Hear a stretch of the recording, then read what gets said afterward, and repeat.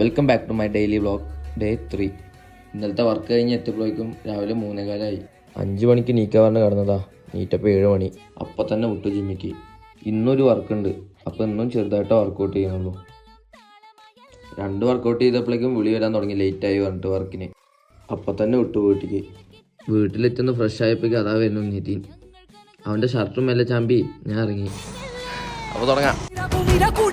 Helmet ഇടാൻ മറന്നതല്ല കേട്ടോ, helmet ഏട്ടൻ്റെ കയ്യിലാണ്, അത് മേടിച്ചിട്ട് വേണം പോവാൻ. ഇതാണ് എൻ്റെ രണ്ടാമത്തെ ഏട്ടൻ.